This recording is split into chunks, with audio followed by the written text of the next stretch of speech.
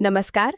आजकल परीक्षाओं और एडमिशन का समय है तो जाहिर है अंकों की बात तो होगी ही।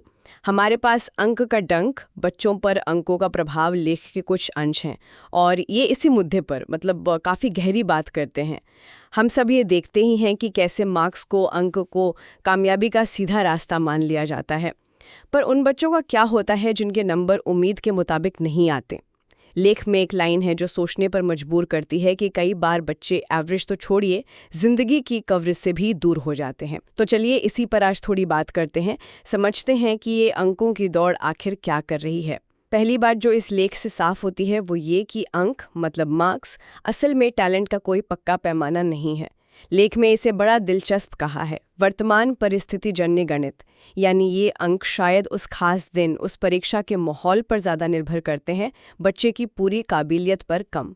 सोचिए ना, अगर कबीर या एडिसन या मान लीजिए तेंदुलकर को सिर्फ उनके शुरुआती नंबरों से परखा जाता तो। हाँ बिल्कुल। और ये जो नजरिया है अंकों को देखने का, ये भी कितना बदल गया है। लेख याद दिलाता है कि एक वक्त था जब 60% नंबर आ रहे हैं तो अरे घर में मिठाइयां बंटती थी, लोग खुश होते थे। और आज आज तो जैसे 90% से कम लाया तो बच्चा औसत है, या शायद उससे भी नीचे।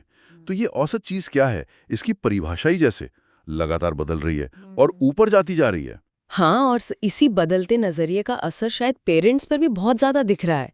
अपने बच्चे को सबसे आगे रखने की एक होड़ सी है। लेख इशारा करता है कि कई बार पेरेंट्स अपनी शायद अधूरी इच्छाएं या उम्मीदें वो बच्चों पर थोप देते हैं, और फिर नतीजा ट्यूशन, कोचिंग, बच्चों पर बेतहाशा दबाव, एक तनाव का माहौल बन जाता है। लगता है जैसे बच्चों को भी कोई कोई टारगेट दे दिया गया हो। और इस सब में, जैसा लेख कहता है, बचपन का सचपन जरूर हार रहा है। बिल्कुल सही कहा। और इस अंक के डंक का एक और पहलू है, वो है प्रोफेशनल या टेक्निकल कॉलेजों में एडमिशन का तरीका। लेख बताता है कि पहले तो 12वीं में मान लीजिए 75% जैसे ऊंचे मानक तय कर दिए, और फिर उसके ऊपर से कठिन एंट्रेंस परीक्षाएं। तो ये पूरा सिस्टम कहीं ना कहीं उन छात्रों के पक्ष में झुक जाता है जिनके परिवार महंगी कोचिंग का खर्च उठा सकते हैं। लेख में उन्हें तराशने के कारोबारी कहा गया है, मतलब वो कोचिंग वाले। अच्छा, हाँ, ये तराशने के कारोबारी वाला पॉइंट तो बहुत अहम है। और ये जो डमी एडमिशन वाली बात है, क्या वो भी लेख में है? ये आजकल बहुत सुनने में आता है। जी हाँ, लेख इस चलन का भी जिक्र करता है।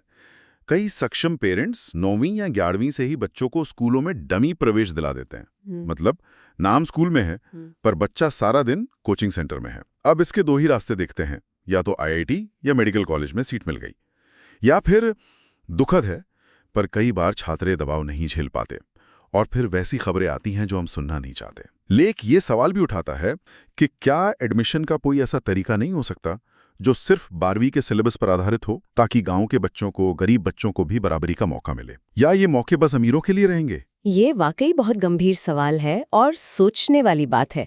और ये पूरी जो अंक केंद्रित व्यवस्था है, ये शिक्षा के असल मकसद से भी तो दूर ले जाती है ना? जैसा लेख याद दिलाता है, शिक्षा का मकसद तो सवाल करना सिखाना है, खोजना है, चीजों को बस मान नहीं लेना, बल्कि सच तक पहुंचने की कोशिश करना है, रटना नहीं, समझना। एकदम सही। और देखिए, ये सिस्टम समाज में एक विभाजन भी तो पैदा कर रहा है। ज्यादा नंबर वाला बेहतर, कम नंबर वाला कमजोर। लेख के अनुसार यही सोच फिर आगे जाके समाज में जाति, रंग, पद, पैसे, इन सब के आधार पर जो भेदभाव होते हैं उनकी जड़ बनती है।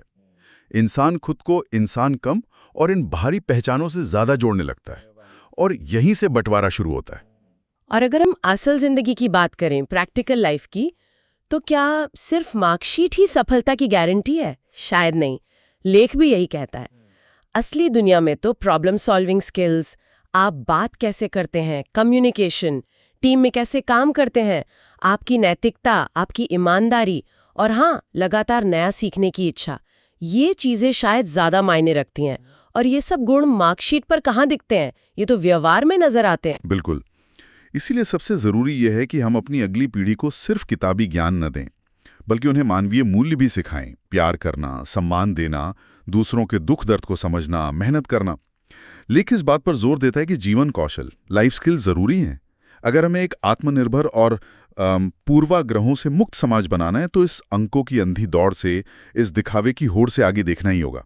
जिंदगी सिर्फ नंबरों का खेल नहीं है, ये उससे कहीं ज्यादा बड़ी और गहरी है।